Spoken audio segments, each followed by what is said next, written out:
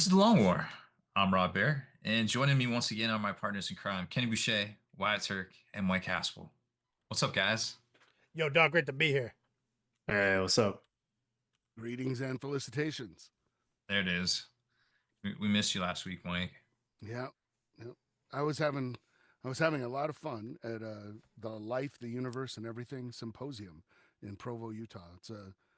It's a conference for sci-fi, fantasy, really genre writers, because they had lit RPG represented. They had mystery, not a lot of romance, but a lot of romantasy, because that's the new hotness, or was the new hotness, depending on who you ask. It's funny because the way Wyatt and I refer to when we first discovered the lit RPG genre back in the day, we're like, it's basically dollars, like grocery store checkout aisle trash romance novels of fantasy. And we acknowledge that, and we're addicted to it, and we don't care about it. We don't care. That's true. Yeah, Like, we're like, this is trash, but we love it. we can't stop listening to This it. is the Taco Bell of books, dude. Sorry to cut you off there. So was your trip fun? It was great. It was really good. It was very productive as well. So Nice. came back. I got a couple prospects of new publisher announced they're opening their doors there. Arc Publishing. If anybody's interested in writing, they are taking open queries that don't have to be represented. So go to town. Solid. That's all. Was that where you were a Toastmaster as well? I was Toastmaster last year. Yeah. In fact, they just they just gave me this speech yesterday, and I posted it up on my Facebook and Twitter. I don't know how to post clips on Instagram, so I'm too old to begin the training. So, Oh no, too old to begin. Mm-hmm. Yeah. So no Instagram for me. But yeah, I put it up and watched it again, and I was like, oh, I didn't make a complete ass out of myself. So because it was the 42nd anniversary last year. You mean you and talking with some preparation? Come on, man. Well, you're top tier. I did half the speech as Zaphod Beeblebrox because it was the 42nd anniversary of Life, the Universe, and Everything. So there was just too much Douglas Adams to not do that.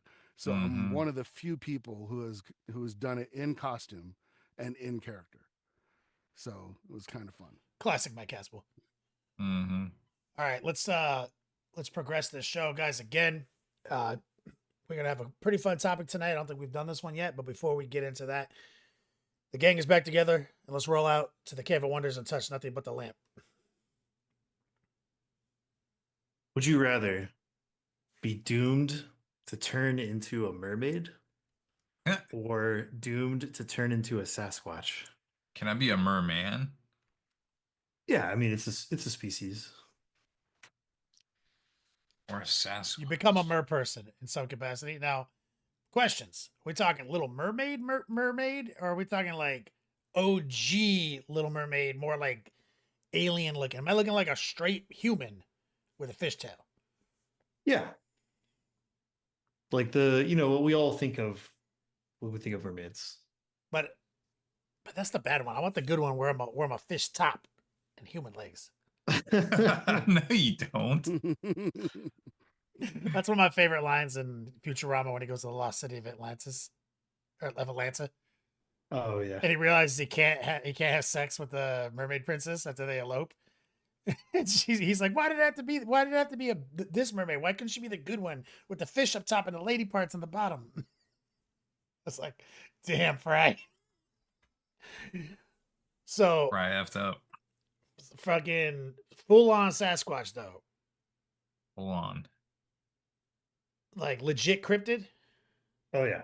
Now let me ask you, if I am a Sasquatch, if I'm a Bigfoot, that means Bigfoot exists and there's other of my kind? I think that's a little bit too much of a stretch. I think you yourself just become a Sasquatch. So this doesn't like just automatically mean that Sasquatch is a species that exists somewhere and I can find my people. Yeah, it doesn't magically propagate Sasquatches. And same thing with I mermaids. mean, we don't know if those are real You know what I mean? or not. So I mean, it's just maybe you'll get Sasquatch sense and you'll be able to find them. Yeah. Because I don't want to be now. Is it a Harry and the Henderson situation? Can I kind of communicate? I was with- actually gonna say that just because you can keep like the expressiveness in your face. tight, so I can emote and stuff. If in either situation, like do I know everything I still know now? Yeah.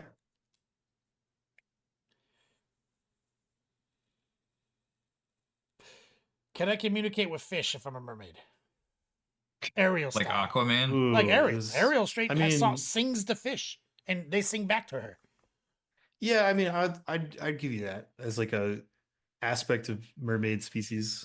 That's pretty lore. That's pretty common lore, right? Yeah. Man, I've always wanted to like connect to the ocean more. You know what I mean? Because it's so fucking scary out there. Damn. I feel like I just have to be a squatch. I don't know, but what do you think? What do you guys think? I am leaning towards Sasquatch. And it's all Why? about food chain. I feel like if you're a mermaid, You're not at the top of the food chain. yeah, there's I did there's see like that. Yeah. killer whales and megalodon. and it's like I mean, you're you still are- just a dude with a tail. So like everything your that would head's kill on a us, swivel. everything that would kill us in the ocean would still kill a mermaid, right? Yeah, your head is on a Yes. swivel. And it's like the only thing you can communicate is don't eat me, bro. Right. And it's like it's too late. But as Sasquatch, you're still kind of top of the food chain. 'Cause Yeah, I you're feel kinda top Mountain tier. Lion. Mountain Lion's not gonna mess with Sasquatch. Yeah, in most Bigfoot lore, you're pretty top apex. Yeah. I Yeah. mean, most human lore. Because you're like a dude, so you can still like make a spear if you had to. You can still like, but you can also like punch through a wall, like probably flip a car over and shit. That's a good point.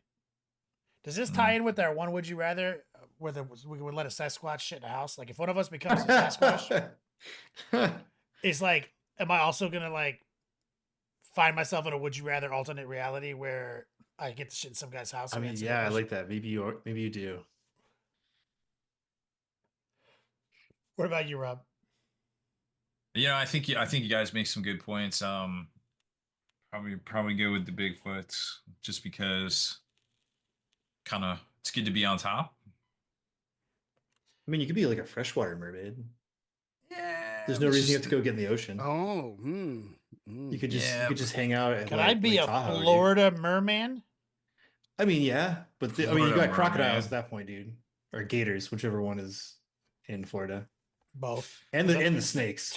Fun fact: the only place Maybe in you the can world where be there's the both. maybe you can be like the person who bridges the gap and ends the Great War between the gators And the pythons. The The pythons, crocs. yeah. No, now I have this image of like me being like a Florida merman with like a trucker hat, wife beater, kind of like half in, half out of the water, drinking a Bud Light. You know what I mean? Yeah. That's kind of where I thought you would go with it, honestly. I didn't realize I could be a freshwater merman. Yeah, I mean, like, you don't have to. I mean, like, so if we're thinking about this, right? We got a like, lot of you wake brackish up- water out here. Could I be a brackish like merman? I can like I've like the like kidney a swamp function. merman. Yeah, well, like a lot of like there's certain fish that can go into fresh and salt together because they have different organs. Can I be like one of those if I'm in Florida? Is that how I Hey, evolved? sure. Yeah. Okay, I'm back. I'm back on the merman trip. I don't know. As long as I'm a Florida think it's merman, I worth live in the it. Florida Everglades. That's where I kick it. I got my own house. I got my own crib in a swamp. Just wiggle right up to it, flop onto the deck, crack open some beers. You got to go to Circle K to get them. Obviously, yeah. Circle K doc. but like wild shit happens in Florida, so like I mean, they're just gonna know Sorta. that like I'm out there and they're like I might have friends and shit. I would not be surprised in the least if there was like an airboat accessible Circle K. That has to be real. A new thing has entered the chat. So I was thinking about being Sasquatch in the Appalachians, and then I would just like whistle at night and see who was idiot enough to whistle back. Oh, one of those yeah. And then I thought, no, if I'm a Sasquatch in the Appalachians, I'm a target for some good old boys. The Yeah. second somebody sees me, That's where all the squatchers live, dude. Yeah. that's Yeah. where they're all It's gonna prime be. squatching territory. I That's- mean, like, Yeah. so if we're assuming that like you turn into a Sasquatch tomorrow or like a mermaid tomorrow, and you get to choose where you go to live, then I mean, like, you could be a freshwater mermaid, you could be a, you know, you could be a Texas Sasquatch, you could be a Idaho Sasquatch.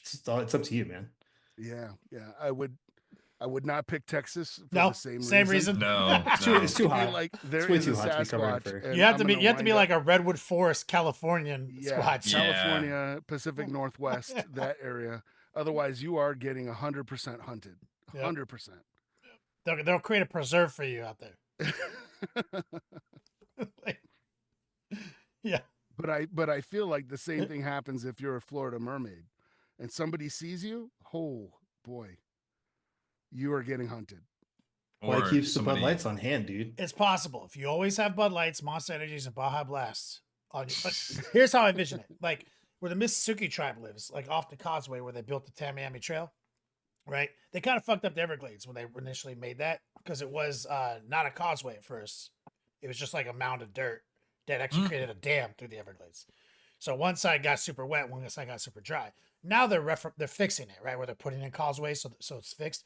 But back in the day, the side that the Mississippi tribe was on, that was the flood side.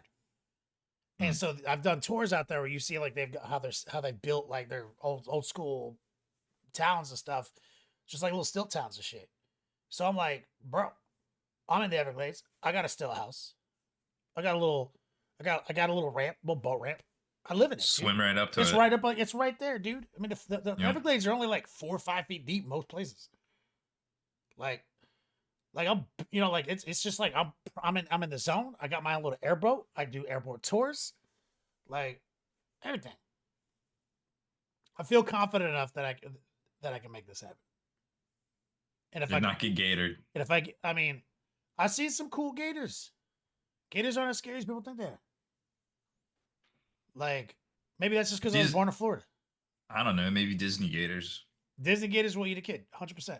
That's different. They are a Yeah. different. That's a different gator. Mm. They create children. Yes. Didn't that happen? Yeah. Yeah. I was like, I feel like that actually happened. I Yeah. meant in the cartoons. No, it IRL as well. Yes. Well, yeah. I'll be like a moonshining, like, like driftwood carving, like independent, like homemade firework producing, like entrepreneur merman. Mm. You know, That's bold. Thanks for giving back to society instead of being a drain on it. I got you. But Yeah. I I'm see still gonna be a Sasquatch. I see the allure of the Squatch. I think I do have a high mortality rate. Like we're to a 50-50. Mm-hmm. All right, just guys. gotta Rob. hide. Don't get seen. No, that's the opposite of what I'm doing. Going opposite. You see, my Okay. strategy is be so visible and to normalize it. You know. Mm. But so tonight, I asked earlier. I've already got a couple Q&As, guys. Big topic tonight: Nice. general budgeting and spending habits. We have a bunch of subtopics there. We got Haspel on, we got Wyatt on, Rob. So feel free to populate with Q&A. Just throw a Q in there. Ask any questions you want. If you use the riddle me this tag, that is a Haspel question. Hashtag riddle me this. So let's kick it over to Rob Baer and let's do some news. Oh yeah, I got some news. What we got? New news releases for this week. Nothing too crazy. I guess the Mechanicum box set for Horus Heresy. It's got 3 models in it.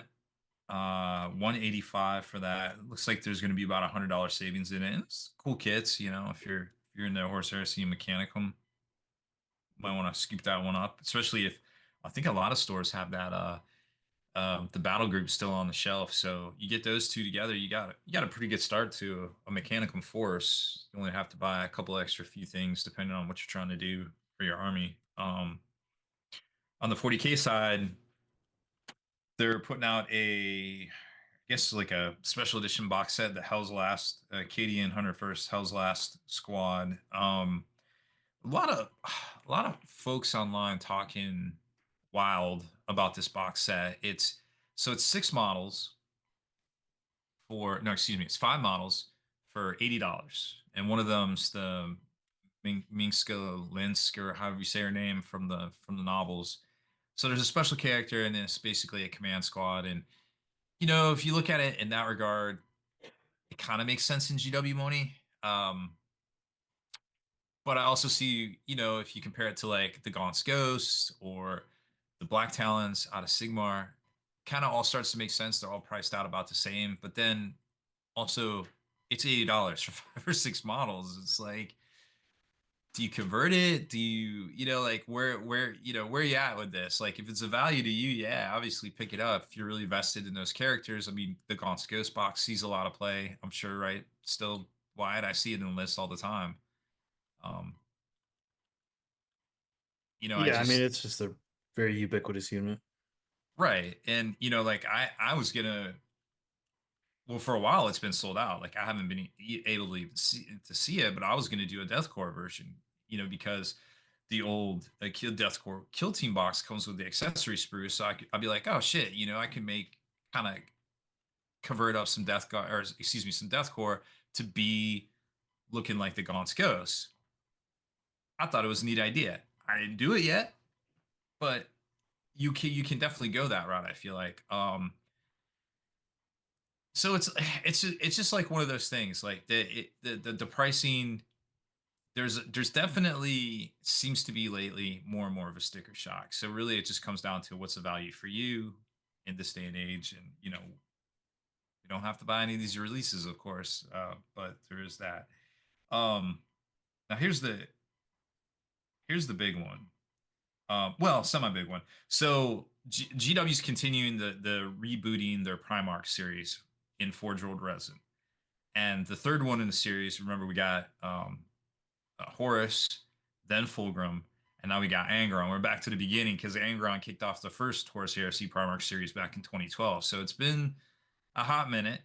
We already have a plastic Angron, of course, and he's coming out with the um, Ultara from the Ship's Master, the Conqueror, and I think a lot of people are maybe more hype about that model than Angron. Do you think, like, if you're a collector, like, what do you do? Like, do you get the plastic Angron, or do you go, hey, I'm going to spend $300 most likely on this resin Angron from Forge World? I mean, it's a kind of a hard question to answer, right? Because Right. there's not a whole lot. I mean, there's crossover of people that play both game systems, and there's people that are like, oh, well, I like this resin one more than the plastic one because that's more of like what I picture Angron in my head. So it's It only is ever different gonna. styled. Like, Yeah, I mean, like when I saw it, I was like, everything other than his face is fucking tight, but he's got like stupid derpy rat face and doesn't look cool. mm, Like the plastic one is like the penultimate demon Primarch statue. So it's like, why would I want this thing? But if you're a diehard Horus Heresy fan and you really want one, then I mean, like, you know, get one, I guess. right. And it all comes down to what's a value for you and your hobby and your hobby journey. Because as we're going to talk about tonight, which I thought was a good topic, just because of the pricing and the values on the things coming out in the near future. And I'm sure we'll get the Emperor's Children box set here soon. I just thought it was interesting. Also, something else that was pretty interesting. Where is it? Did I lose it already? Oh, here it is. Uh who remembers this? Oh yeah, yeah. Ooh, yeah, nice. Classic. So, would you believe this turns 25 years old this summer? Yeah, I 100%. would. I believe it. We're the wrong audience for any shock value on that, Yeah. that statement. I'm like, Yeah. Also, I'm- $10. This cost. I paid $10 for this. Black and 25 white. years It's ago. black and white. Mostly black and white. and of course yellowed with age. I mean, Yeah. there's a spread of color in here, but mostly black and white. You know, when it comes to. But remember the bangers we got in this thing, like the Salamander Mantle. The Oh, that that was shit the slapped. That was Eternal Warrior. yeah the very first Eternal Warrior, That shit and you slaps. could put it on Chaplain Xavier for Oh, 40 points, 20 points, 40 points, yeah. 35 points. Every dude could have art could have Bro, that shit was real ass Hero Hammer back in those days. That that, shit was wild. and then the very first Emperor's Champion with the very first set of vows. Oh yeah. Do you remember like when we used to make a Chaos Army? You had like demonic war gear, the 3-5 codex, and you had a Yep. limit to how much you were allowed to have, and so you could make like 2 or 3 like known configurations of a demon prince that could just like essentially one shot someone's whole army if like you got the combos off right. Like there's some wild shit back in those days. Oh yeah. Then rolling from minor psychic powers and such. But that dude also only had like 3 wounds or some shit. Yeah, he could go down quick. And then there was the old the very first pewter Land Raider Crusader that the bolters were always precarious. And Oh man, looking at that page makes me feel so good about 40k. look at all the extra. Remember that extra ablative armor? Oh yeah, extra armor. These things were heavy. This was all pewter on skirts, armor skirts on the side. Yeah, extra armor was an upgrade. Oh my goodness. But that kind of dovetails to a little bit of wish listing, a little bit of rumoring, because we'll call it the Armageddon, the Codex Armageddon tinfoil hat segment. So strangely enough, what is it, Haspel? If one coincidence is nothing, but 2 or 3 are a conspiracy. How's the saying go? Oh, I don't remember, but it's something like that. It's some such, right? Yeah. So oddly enough, this book and Armageddon in general. Remember first war of Armageddon, Grey Knights, Space Wolves, World Eaters. We know World Eaters are coming for sure. Same year, we know Grey Knights are on deck or on the horizon. On the distant horizon. And Wolf, the Wolves are rumored, but you could say anything's rumored at this point because there's only like a year and a half or maybe a year and 3-4 months left in this edition. But usually they close it out with some sort of crazy campaign series. But also we know on deck Codex Armageddon slap. It definitely slapped. But what if you got First War Armageddon, Second War of Armageddon, Salamanders, Black Templars, Steel Legion / Guard / Death Corps, which just came out. Also on deck, on the horizon, possibly this summer. And then Third War Armageddon, mostly highlighted Blood Angels, but a lot of other stuff. And Blood Angels just dropped too. It's really weird that all of these factions that were heavily featured in all the battles in Armageddon are all dropping around the same time. Shit, is it happening again? I don't know. It would be dope. Yeah. Now, unequivocally. So, I mean, look for the clues. We don't know. It's a lot of it could be a whole lot of nothing and just coincidence. Like, oh, well, that's what's kind of left to come out. But it's very interesting, and we know GW loves their member berries. That something might happen for a 25-year anniversary. Remember, they always drop these like 10-year anniversary things, 15-year anniversary things, 20-year anniversary things. Bro, I would love that. Could see it. Codex Armageddon was so awesome. Eye Tear campaign. Yep, that came like 2 years later. So we're rolling up on that one too. Yeah, orcs were in this too. That was the first speed freaks. Called Speed Freak Army. Yep. Yep. They didn't shoot their burners. They counted as power weapons. Yep. Then the old chopper fiasco of 7 years. Oh gosh. That was something. So it'd be really interesting to see them do something, whether it's a supplement, a campaign, maybe even something online where you can report a bunch of games like the Battle for Agram, which started the whole 10th edition series. We just don't know, but it's really interesting that there's a lot of coincidences all kind of lining up together, right?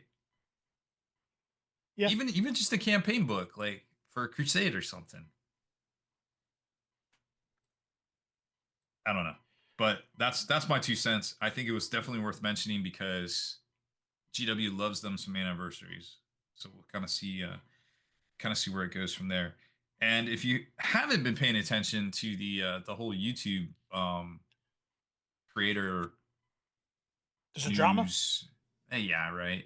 Is there always I, drama? I don't know Um, anything about it, but I love me. I spill the tea.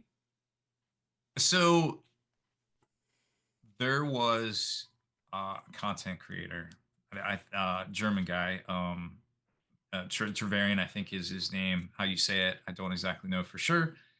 Um, but he basically announced yesterday that he was no longer part of the GW content creator program. He didn't say exactly why, but he showed a big picture of all his latest videos. And he's like, well, here's my latest body of work. You can probably draw some inferences from Trevelyan, yeah, he's Austrian. Trevelyan. Yeah, Austrian, yeah, Austrian, excuse me. pretty close.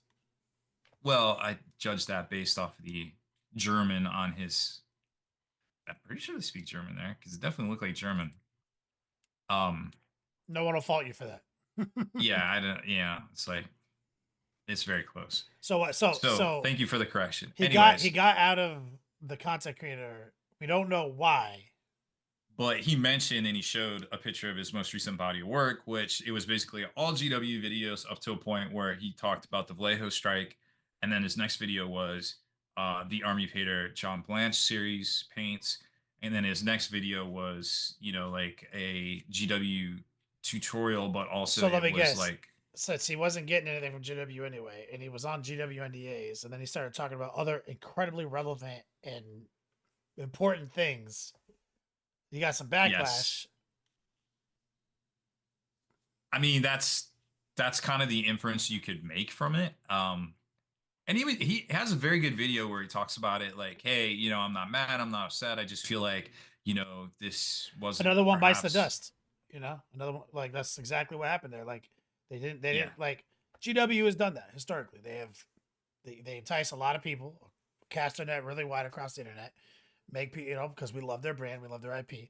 I mean, you're just showing me this book 2 seconds ago, and I got like a fucking, I would do anything to live in that book. You know what I mean? Like I Oh understand yeah. that feeling, and so, but they don't have a good history of really doing anything for these content creators outside of like giving them a special No. little boy gold star, which makes you feel good for a certain amount of time, and then eventually they don't treat you great over something as simple as not totally always repping their brand for free.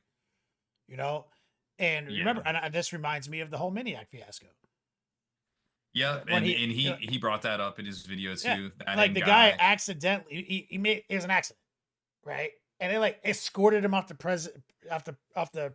Like they were like, yeah, leave, and your trip flew is him over. home. And flew him home. Like, you got to go. Like it's like, Um, bruh. Like he went out there with his girlfriend. He was gonna do like a whole week vacation out there, dude. Like he was like it was like one of the greatest, easily most exciting things he was gonna do in years. You know what I mean? Like what a poorly handled execution of just a Instagram post that leaked a model 10 Nope. minutes before you leaked it. You know what I mean? yeah, By accident. It's all Which is it's kind of 50% of the reason you brought him there. You know what I mean?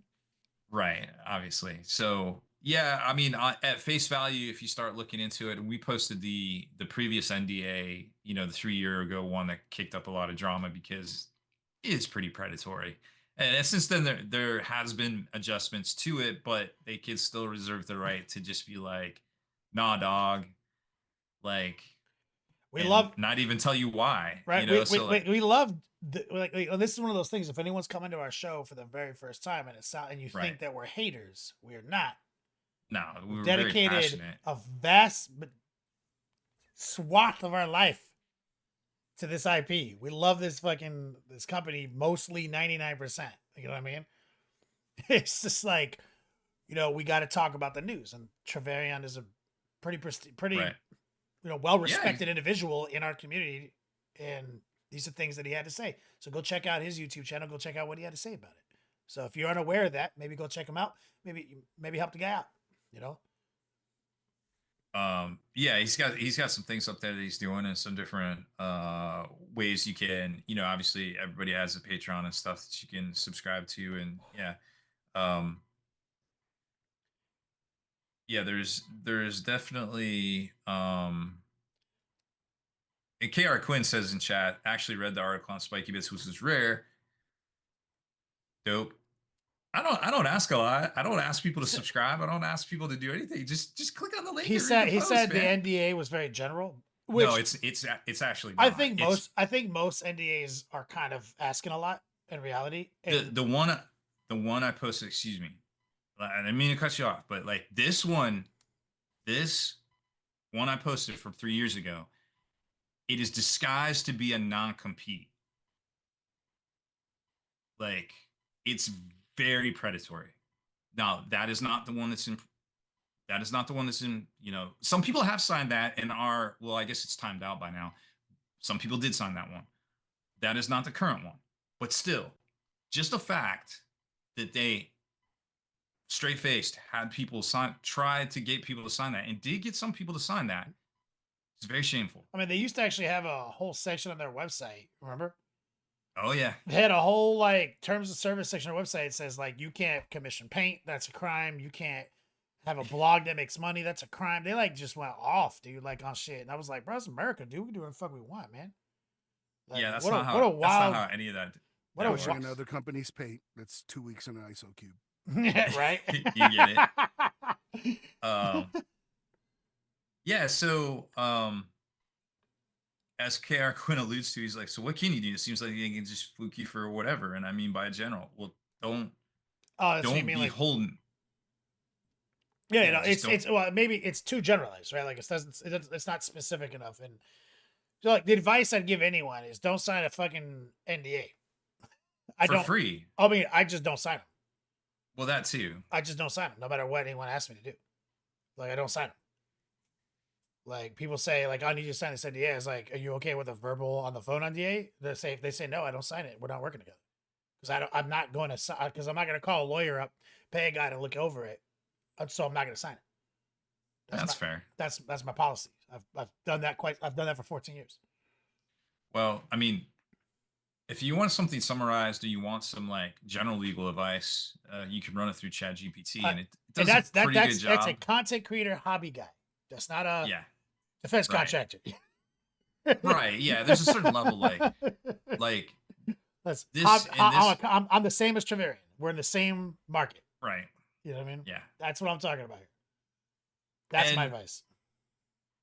Yeah, I totally agree. There's only a certain amount of money in the underside of the belly of this hobby that, and we're at the end of the day, we're all just passionate amateurs, no matter how you look at it. And I think the biggest thing we always talk about is GW makes the dopest, coolest looking shit for the most part. It's just kind of everywhere else that everything kind of falls apart or is very lacking, So, especially on the logistics side, and maybe it's on purpose, maybe it's not. We could go on and for hours about that, but I'll just end the segment with the fact that we're still experiencing shipping and production delays. 3-4 years. I've been talking about this for 3 or 4 years. Like, how is this still a thing unless it's on purpose? And if it's on purpose, then it's a scarcity thing. Then it's a FOMO thing. Sounds like a bit of a forced scarcity strategy. Yes, you could make that argument. But moving on, that's all I got. So lots of there's plenty of opportunity out there. Don't let us scare you off, but there is also things to be aware of as a responsible adult, which adulting is hard.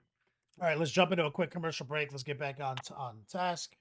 Thank you for that segment, Rob.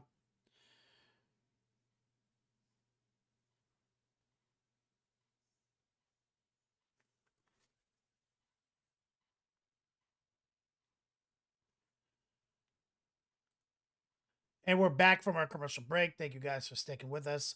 One last round of Q&As. I've got some already in the pipeline. If you guys want to get a Q&A at the end of the show, speak now, forever hold your peace. We're going to move into our main topic of the evening.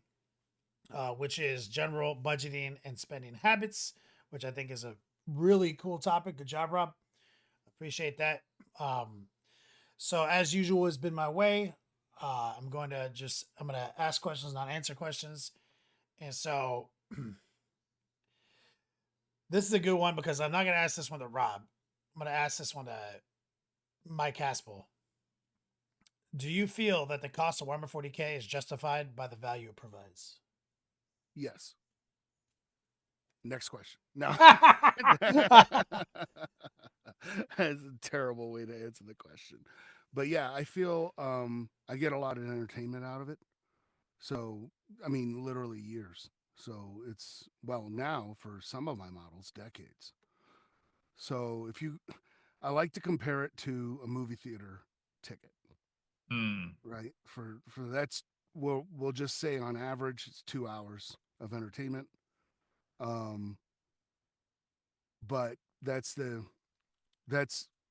hours of entertainment. We'll say that a movie ticket is $12. Mhm. It's probably more, and No. you're probably buying other stuff there, right? So you're Yep. buying snacks, whatever. How much drinks. does a trip to the movie theater cost you? For me? I don't know. I go pretty cheap, but I would at least $20, Yeah, right? 20 Just bucks at for an hour least and a half. $20. Yeah, we'll go 2 hours. 2 We'll give hours. them a 2 hour thing. And then I start to break that down to how much, because my most valuable commodity now is time. It's honestly time. That's what it is. So how much time can I get out of a box set? And Hmm. sometimes it's not worth it. Hmm. Like and this might be answering a future question, but new Fulgrim model comes out. Super dope, right? Great. Yep. For the Horus Heresy, I was building a Emperor's Children army. So I want Fulgrim. But a resin model for me is out because if I build a resin model, it's just going to sit on the shelf. Otherwise, it's broken, especially that Fulgrim model that was resin. The It's very plastic fiddly. one, yeah, plastic one, I can magnet it up. I can travel with it. I'm not worried Mhm. about it busting. But do I have the time in the next year to paint that model? And the answer is no. So I'm not worried about getting it. That's quite literally how things stand. So it's just like, is this box set something I can get to in a reasonable amount So of time? your stance is actually how many hours does it take to actually do this task to completion? And if it exceeds a certain number of minutes, then it's a bad investment for you. Then it's not worth it. Yeah, Interesting. see, it's the opposite. Interesting. And- Yeah, and I've learned I that- have like the opposite task. I mean the exact statement, but the opposite statement where I'm like, if it's a $60 box of 5 possessed and it takes me 75 hours to paint, what's 75 hours of entertainment for $65, baby? You know what I mean? But I do understand. What are you, like 10 years older than me? You know what I mean? Well, Like you got other things here's going why. on in your life. Like But here's why. I've learned this the hard way, right? You've been in my basement. You Yeah. know, you've seen. oh yeah, I I've was just learned talking this the about it on hard my way. show yesterday. I Mhm. have a gajillion models and projects of stuff I will get to. And I'm finally having to confront I'm never going to get to this. So now And you're having to so sell the it time off. commodities actually shifted in value completely. Like it has a different function now. Even Yeah, so when I say it's worth it as far as the price of the GW models, Right. for entertainment and everything, it 100% is worth it. But it's not worth it if it's just going to go onto your pile of shame and sit on a shelf for 5 years. I have models that have been sitting new in box, like in shrink wrap, for more than 10 years. that's a good point, and that actually I think segues cleanly into this next question I want to ask Wyatt. Very detailed. I love that, Mike. Wyatt, how do you resist the temptation to impulse buy with all these new releases? Oh, I mean, it's easy because like I only buy stuff that I plan on playing. Like, so personally, my way of resisting impulse buys might be different than somebody who's like, I just like to have cool models and paint them and they sit on my shelf. Right. Like those people might have a harder time being like, oh, that's such a cool model and I want to paint it, like, but for me, like I only buy stuff if I plan on putting it on the table and playing because I don't collect 40K. Like I get Play the models game. so that I can play 40K, And you right? play. In the instant that those models like stop being a part of that equation, like I give them away, right? Um, so even though I play guard or I'm about to start playing guard, this new like hero set of models holds no value to me because like they don't really factor into playing the game, right? They're actually legends. They put out legends rules for them today. Yeah, and so it's like I have some stuff that I'm like, oh, I can't bear to like get rid of this, like my greater brass scorpion, even though All that's right. legends. But I mean, like basically when something becomes legends, it's dead to me because we can't play it in organized play anymore. And Yeah. like even if you play the game casually, you really like the only time you can ever play legends is if you have like a buddy and you're like, please dude, just let me play my cool thing even though it's legends, because the status quo is that everybody just wants to play the competitive format. Even if you are Or a casual. casual, Yeah. you still play Pariah Nexus or Leviathan or Mhm. whatever it is. No, that's a good point. So you're basically saying the way you deal with the impulse purchase habit is by playing the game and making time to make that your focus, that it is actually a game, which is the best part of our hobby, honestly. There's a lot of miniatures out there that have no game, right? Yeah. The very fact that we have this rich lore, Rob was showing Mm. us off that codex. I can imagine games in that era. I mean, Oh Haspel yeah. can. I remember games where we're chilling at that old game store in downtown Colorado Springs, man, playing. You know what I Yeah. mean? Like yeah, dude. Like the gameplay first. So gameplay first. If you keep that high in your mind, like what Wyatt was saying, seems like that's his I strategy. think another solid answer to that question, Kenny, is like I don't play with models that are unpainted.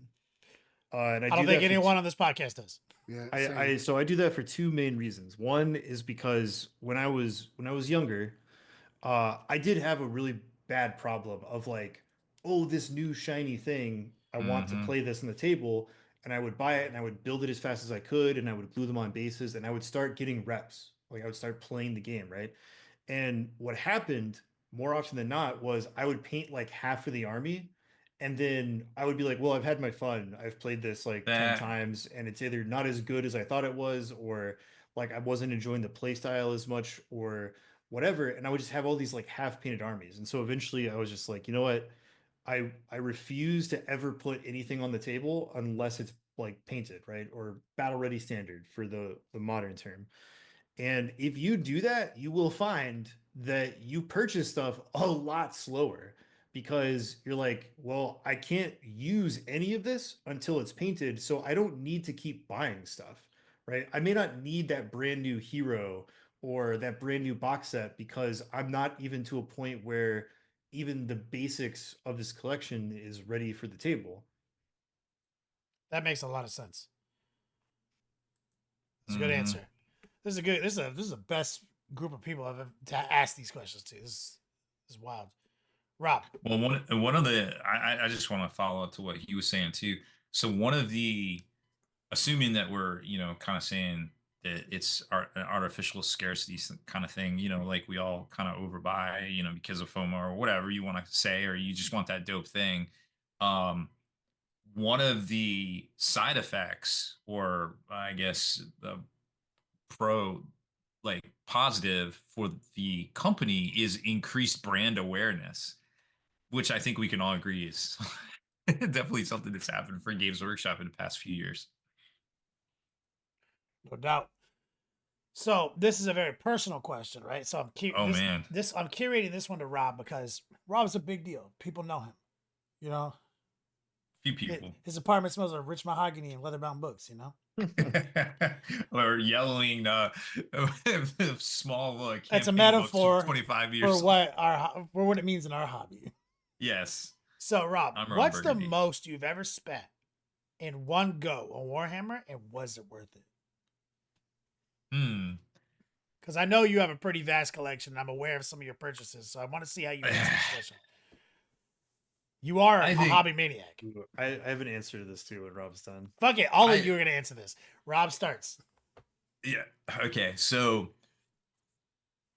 the thing I purchased and I'm not gonna say how much it was. I mean, I guess we've all bought armies, I'm sure, that have been a little maybe over the top. But I never felt like I never was regretted the purchase, no. But I think also those purchases weren't it wasn't like I walked into a GW store and I bought all brand new plastic, you know what I mean?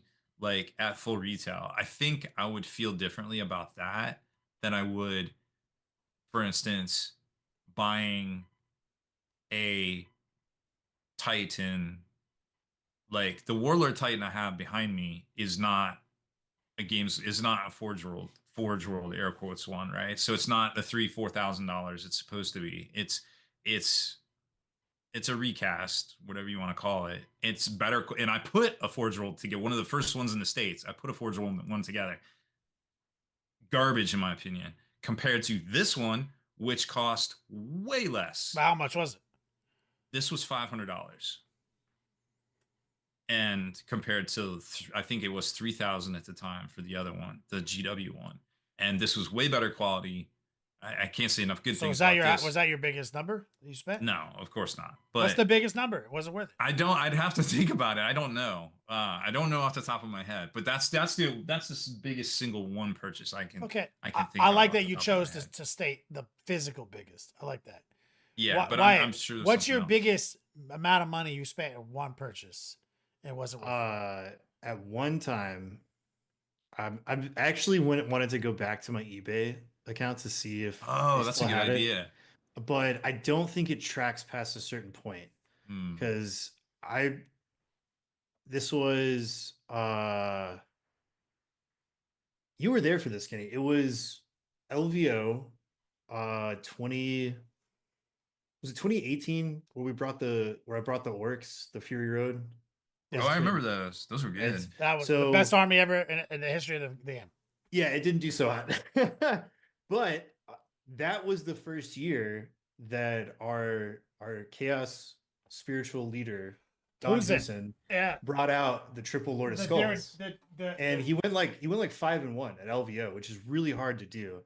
And that evening, that's when you went on eBay because they were sold out and bought both. They were sold out everywhere. I bought. I remember 3 of that. them. Yeah. And they were bad scalper prices, and I still bought them. Yeah. I think I spent like $900 Wow. just to get the 3 to be I able mean, to do it.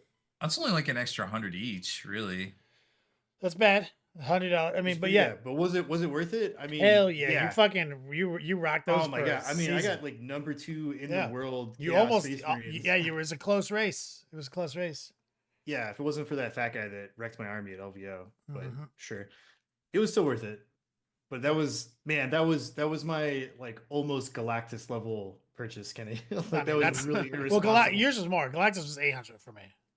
Like that was my biggest purchase. No, I just mean like it was. Was it worth it? No, it was stupid, and I hated it, and it haunted me for years. That sucks. Haspel, you? If we're broadening out a bit to say licensed stuff, it was the statue of Titus from Weta Workshop. Oh, that thing is cool looking.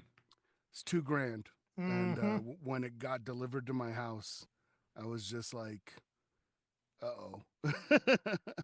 I have nowhere to display it. It is a lot bigger than I thought it would be. Like a lot by a lot. Like a lot. The box is like 3.5 feet tall. And I was just like, "Oh, but it's just packing material." Nope. And it came disassembled. So you have to assemble it. So part of me just started laughing because I was just like, well, this is the biggest mini I've ever had to assemble. Right. And I still haven't assembled it. I pulled out the base, and the base is about 2 feet wide. Titus stands another 2 feet tall on top of this Tyranid. It's glorious. It's one of the greatest things ever. No idea where I'm going to put it. Goddamn. So yeah, I mean, I love it. It's phenomenal, and the paint job on it is what you would expect from Weta. It's unbelievable. So once but I'm gonna have to buy an entire other piece of furniture to put this thing in or on. Dang. It's that big. All right, let's see if we can bang out a couple Q&As. Thanks guys for all answering that. Honestly, so we have a couple riddle me thises right out the gate. Got about Mhm. 7 minutes left in our show. Let's see what we can get through. And also, real quick announcement: we have a winner from last week. Idiot in a Rampage's question: when deciding how to paint a new army, do you go from the easiest, fastest to paint to the hardest? That question, if you guys recall, we answered it on the show. He is the winner of our Army Painter Prize from last week. Oh, we got to get his I've got address, I guess. I've got the man's You got it all? infos. Oh, sweet. So moving on, Go Boy asks, riddle me this, Haspel. How do I keep from falling for the FOMO when it comes to all the GW limited run box sets, primarily Kill Team and 40K sets? Yeah, I think we kind of addressed that already, but it was like for me, it's can I get to this in a reasonable amount of time where Mhm. people will be playing this? You know what I mean? Because a lot of times I'll buy something because it's the new hotness, and by the time Right. I've gotten around to painting it and getting it ready for the table, the meta has moved on. People aren't even playing Kill Team anymore. Whatever, you know what I mean? That happened to me on Warhammer Underworlds quite a bit. Ugh. So Facts. That Yeah. that really got going fast. yeah, yeah. So that's what I would say is look at it and realistically ask yourself, can I get to this and play it before it's gone? Really, you know, Mhm. from your zeitgeist at your store. Now, granted, if I broke out Necromunda and went down to Gamers Haven, I can get people to play Necromunda.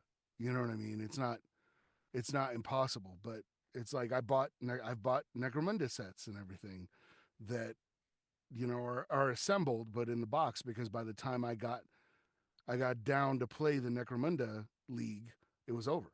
You know, so and that's you have just have to look at your own lifestyle, how much time you have, etc.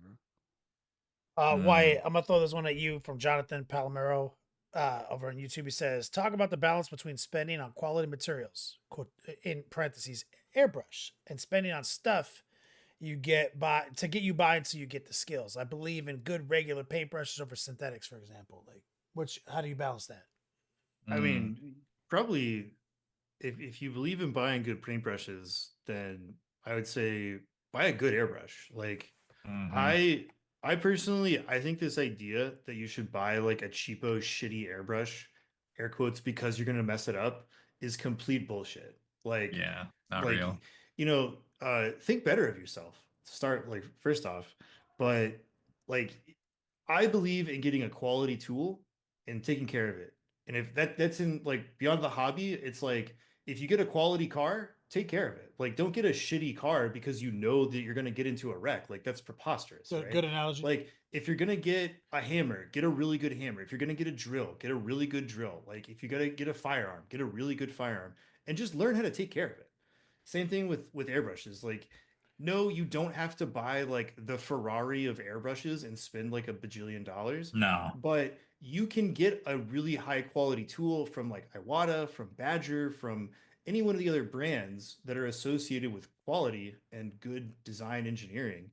Just take Mhm. care of it, man. Like there's there's so much information that's free online of just like don't do this, don't do that, do this. Like So in essence, you don't scoff at spending money on the tools. yeah, like get yourself a solid setup, right? Like don't buy the cheapest, shittiest thing because you want it to fail or you think it's gonna fail and you're just gonna replace it later, right? It's like that uh kind of like anecdote parable about the guy who buys boots, right? So it's like if you Yep. buy the shitty cheap boots that are only gonna last you, a certain amount of time, you're gonna buy like 10 pairs of those boots and spend more money than if you just bought a really nice pair of boots to start off with, because those really nice pair of boots are going to last you the 10 years time that you would go through 10 1 year pair of boots but spend twice as much money, right? Yeah, and Facts. get advice. Like you're not the pioneer. Other people have walked this path before. They will tell you, do not buy this tool or buy this tool. This is a workhorse. Like this will last you years. So So, Rob, I think you can. I think your skill set is uniquely suited to the answer to this question from Vengeful Jan. He says, "Why does it feel like I've come full circle and find Warhammer too expensive? In the same way that I thought it was expensive 20 years ago as a kid. Difference being I had no disposable income back then. Well, I mean, It's more expensive now. That's what- yeah, it is more expensive now, and everything is more expensive now. We could talk about that for a while, but also it depends on where you're at in life too, because for instance, majority of Warhammer players, I believe, are what 25 to 34 currently, and that's a very wide range because post college, maybe starting a family. Once you start getting in the early 30s, a lot of folks might have 1 to 2 kids at that point. Where money starts to become a lot tighter, but on a 25-year-old kind of scale, you might have that disposable income for like 5 years. It's really hard to say. Everybody's different and things are way different now than they used to be, but I think at the end of the day, like, yeah, you do have to be a little bit choosier with what you buy and how you buy and the bundles you buy. Even buying used stuff, I think in a lot of cases, Frontline has a ton of products on there, and there's a bunch of other sites, local sites that do local things. You might not, you might not find them, or you start hearing about them, or some Facebook groups and things might be the way to go in a lot of cases too, because like Haspel was saying, stuff moves so quickly. Case in point, the Aquilons, they came out, they had really dope rules for a few months, and then they were, I mean, they're still getting played in lists, but not to the point that they used to be. Seen very heavy play, and of course we're out of stock. So by the time somebody like me or Haspel would have got them together and played them, 3 squads of them, probably only would have needed one at that point. So just kind of keep that stuff in mind. Good job, guys. So that's our time. We've got a few questions unanswered, which will. I think the new trend that Rob has suited on is we're going to spend 5 minutes after we go off the air tonight just answer 3 more questions for his blog post for the Spec Bits article. Yeah, everything will be in like one place. Some of your questions didn't make the cut just because they were redundant. Some of your questions did. So there are some questions that will get answered in that article, just as we're working this new format. Thank you guys for your time. Wyatt, you want to take us out of here? No, sorry. Mike Haspel's here. Yeah. Haspel, hit us with a quote. I am Ergo the Magnificent, short in stature, tall in power, narrow of purpose, and wide of vision, and I do not travel with peasants and beggars. Goodbye. That guy speaks my life. Yeah. That's how I felt Don't know today what in it's public. from. When I was at Publix, I felt that way. I'll give you a hint. It's about the beast and the glaive. Bro, you're too deep for us, man. We don't. It is deep. It's deep cut. It's Krull. You just got the Kroll weapon. I know. That's why I saw that on Facebook. Bro, I was like, what am I gonna do? I used to watch that. And I remember seeing that movie as a kid, dude. That shit slapped. Yeah. That was like early 80s. I got the glaive. That was one of my 3 holy grail props that I could never get. Yeah, And I finally got it. If you guys don't follow Mike Haspel on just Facebook, Boomer Book as I call it. Yeah, it's old. Nobody uses I use it so much. I can't lie.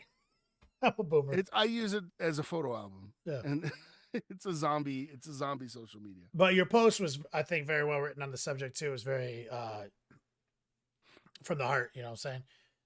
Yeah. So Wyatt Turk, please take us out of here. Rob. Oh, this is me. Okay. Back to me. So that's it for this one. Thank you everybody for watching. Make sure to head on over to thelongwar.net for exclusive content, early access videos, and more. Become a veteran of the Long War today.